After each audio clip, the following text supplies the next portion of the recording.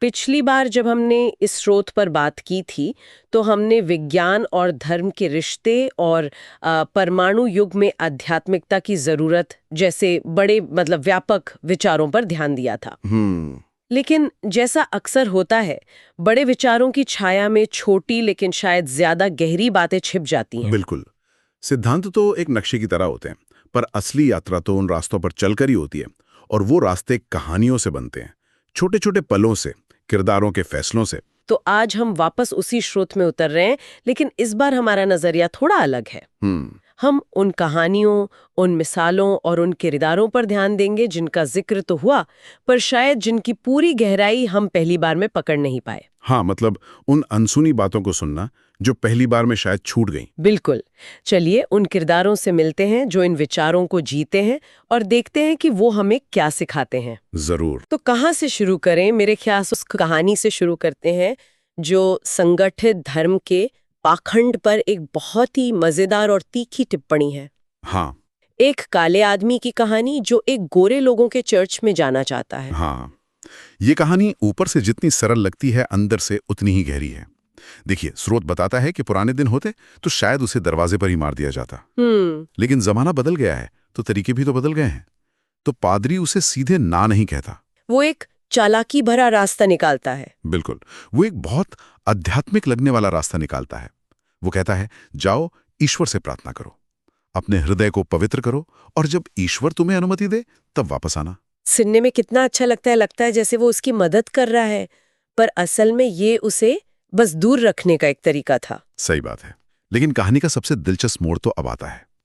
वो आदमी भोला था।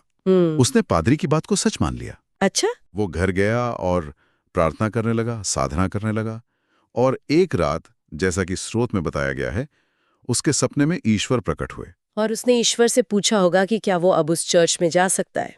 हाँ, और ईश्वर का जवाब सुनकर वो हैरान रह गया।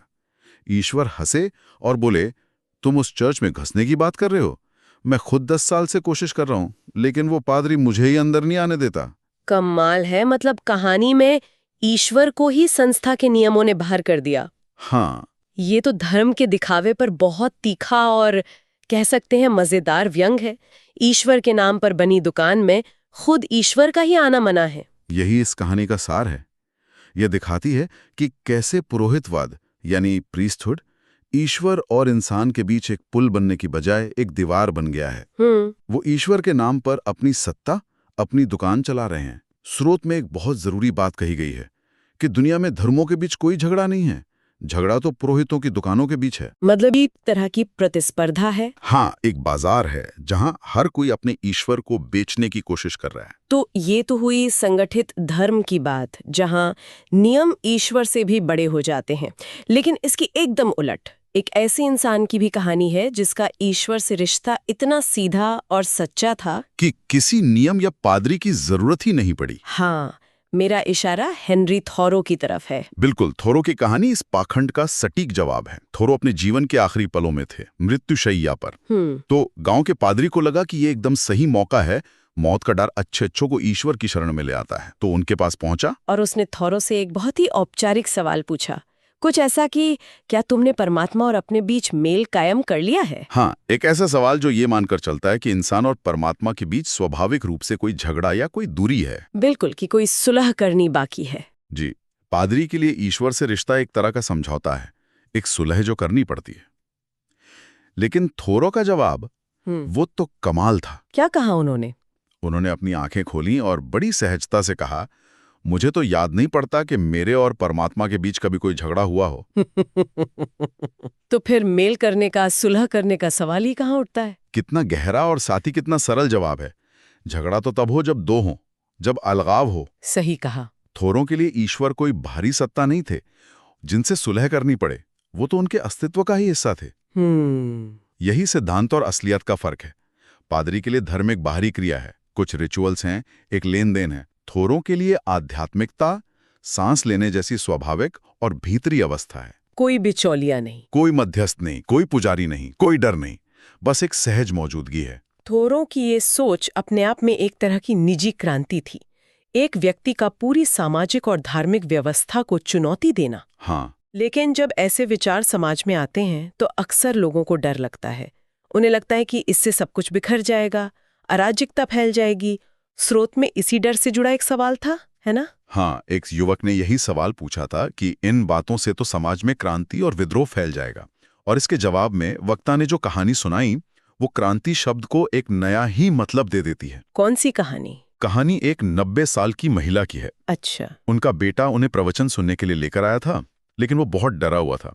उसकी माँ 40 सालों से हर रोज माला जप रही थी। 40 साल? हाँ, तो बेटे को डर था कि इन नई विद्रोही बातों को सुनकर कहीं इस उम्र में उनकी आस्था को, उनके मन को कोई चोट न पहुंचाए। ये तो एक स्वाभाविक डर है। 40 साल की आदत वो तो पहचान का हिस्सा बन जाती है। बिल्कुल, लेकिन हुआ इसका ठीक उल्टा।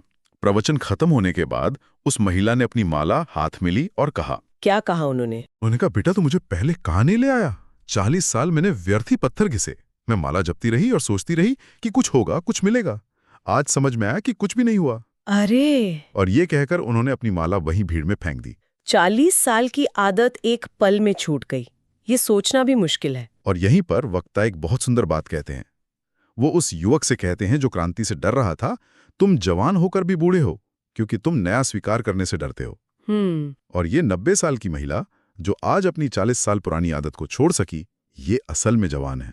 मतलब जवानी का उम्र से कोई लेना देना नहीं है। बिल्कुल नहीं। जवानी नए को अपनाने और पुराने व्यर्थ हो चुके विचारों को छोड़ने का साहस है। सही बात है। असली क्रांति बसें जलाना या सड़कों पर नारे लगाना नहीं है।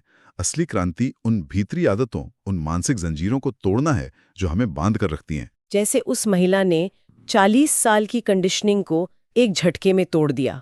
वो असली क्रांतिकारी थी। बिल्कुल। ये तो हुई अंदर की क्रांति, मन की जंजीरों को तोड़ने की बात। लेकिन बाहर की दुनिया में तो हिंसा और युद्ध जैसी कठोर सच्चाइयां हैं। वहां क्या करें? जब कोई आप पर हमला करे तो अहिंसा जैसे आदर्श का क्या होता है? स्रोत में इस मुश्किल सवाल को भी एक कहानी से ही समझाया गया है। हाँ, और ये कहानी अहिंसा की हमारी समझ को उसकी चरम सीमा तक ले जाती है। ये कहानी है बुद्ध के शिष्य पूर्ण की। पूर्ण? जी। पूर्ण ने बुद्ध से कहा कि वो धर्म का संदेश फैलाने के लिए एक बहुत ही पिछड़े और खतरनाक इलाके में जाना चाहते हैं, जहाँ के लोग बहुत क्रूर और हिंसक थे। तो बुद्ध ने उन्हें रोकने की कोशिश की होगी? या बुद्ध ने उनकी परीक्षा ली। उन्होंने पूर्ण से कुछ सवाल पूछे, ये देखने के लिए कि क्या वो सच में तैयार हैं। क्या सवाल पूछे? बुद्ध ने पूछा, पूर्ण, वहां के लोग बहुत बुरे हैं। अगर वे तुम्हें गालियां दें, तुम्हारा अपमान करें, तो तुम क्या करोगे? एक आम इंसान तो शायद पलटकर जवाब देगा या कम से कम दुखी तो हो ही जाएगा। पूर्ण ने कहा, मैं उनका धन्यवाद करूंगा। मैं सोचूंगा कि वे कितने भले लोग हैं जो सिर्फ गालियां दे रहे हैं, मुझे मार तो नहीं रहे। ये तो एक असाधारण जवाब था।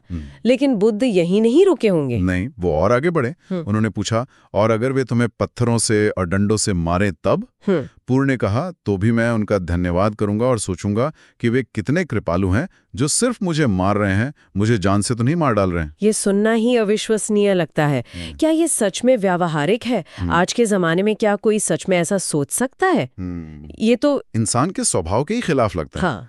ये एक बहुत जरूरी सवाल है और बुद्ध ने इसे आखिरी कसौटी पर कसा। उन्होंने पूछा, और पूर्ण, अगर वे तुम्हें जान से ही मार डालें तब? इसका क्या जवाब हो सकता है भला? पूर्ण का जवाब अहिंसा की पराकाष्ठा है। उन्होंने कहा, तो भी मैं उनका धन्यवाद करूंगा। हाँ, मैं सोचूंगा कि वे कितना दयालु हैं कि उन्होंने मुझे इस शरीर से मुक्त कर दिया, जिससे न जाने कितनी भूल चूक हो सकती थी।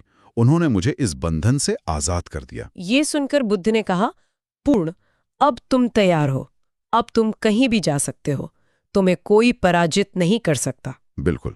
शायद बुद्ध का मकसद ये दिखाना नहीं था कि हर कोई ऐसा बन जाए, बल्कि ये दिखाना था कि सच्ची अहिंसा कोई रणनीति या नारा नहीं है जिसे परिस्थिति के हिसाब से बदल लिया जाए। सही बात। ये प्रेम और करुणा की एक ऐसी आंतरिक अवस्था है जहां दूसरा या शत्रु का भाव ही मिट जाता है। ये एक पैमाना है, एक कसौटी है, और पूर्ण उस कसौटी पर खरे उतरे। तो हमने व्यक्तिगत आध्यात्मिकता, आंतरिक क्रांति और अहिंसा की पराकाष्ठा की बात की।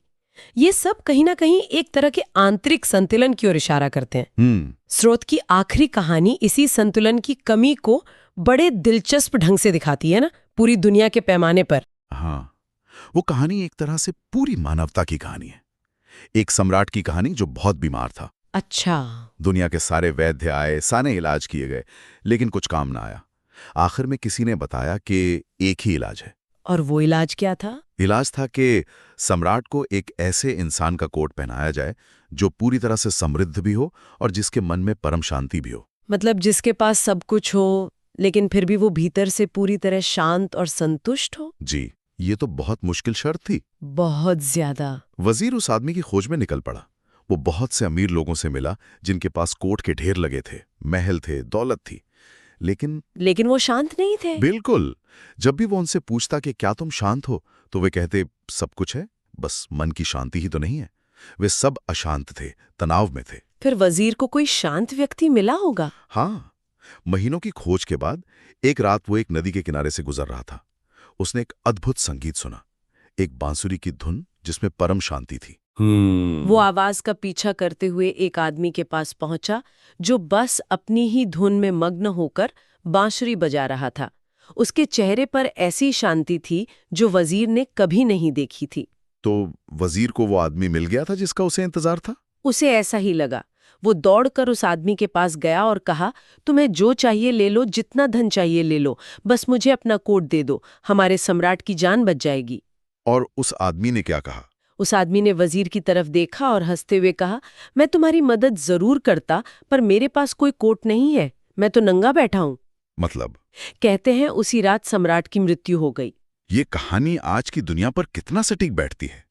एक तरफ पश्चिम है जिसके पास कोट यानी भौतिक समृद्धि तो है पर शांति नहीं। हाँ। और दूसरी तरफ पूरब जिसके पास शायद शांति का खजाना तो है पर तन ढकने को कोट नहीं। बिल्कुल। और इस अधूरेपन में, इस बंटवारे में मानवता रूपी सम्राट मर रहा है। इलाज मौजूद है लेकिन दो हिस्सों में बटा हुआ है। कोट किसी के पास है और शांति किसी और के पास। हाँ, जब तक ये दोनों गुण, बाहरी समृद्धि और भीतरी शांति, एक ही इंसान में नहीं मिलते, तब तक इलाज अधूरा है, मानवता बीमारी रहेगी। तो आज हमने देखा कि बड़े बड़े सिद्धांत असल में इंसानी कहानियों में ही सांस लेते हैं। एक पादरी जो ईश्वर को ही बाहर रखता है, एक दार्शनिक जिसे ईश्वर से कभी सुलह करने की जरूरत नहीं पड़ी, एक 90 साल की महिला जो एक पल में क्रांतिकारी बन गई, और एक ऐसा इलाज जो कभी मिल ही नहीं सका। ये कहानियां हमें याद दिलाती हैं कि बड़े बड़े सवालों के जवाब अक्सर किताबी सिद्धांतों में नहीं बल्कि जीवन की छोटी छोटी घटनाओं और मानवीय अनुभवों की गहराई में छिपे होते हैं। चाहे वो ईश्वर को दरवाजे पर रोकने वाला पादरी हो या 40 साल की आदत को एक पल में छोड़ देने वाली महिला, हर कहानी दिखाती है कि आध्यात्मिकता कोई किताबी ज्ञान नहीं बल्कि एक जीवंत अनुभव है। और ये हमें एक आखिरी सवाल के साथ छोड़ जाता है। अगर मानवता का इलाज एक ऐसे व्यक्ति में है जो बाहरी रूप से समृद्ध और आंतरिक रूप से शांत हो, तो क्या ये विभाजन केवल पूरब और पश्चिम के बीच का है? ये बहुत गहरा सवाल है। या ये द्वंद्व, ये अधूरापन हम सबके भीतर भी मौजूद है? हम सब में एक हिस्सा कोट के पीछे भाग रहा है और दूसरा हिस्सा शांति के लिए तरस रहा है। अगर ऐसा है तो हम अपने भीतर के सम्राट को बचाने के लिए उस संतुलन को कैसे खोज सकते हैं?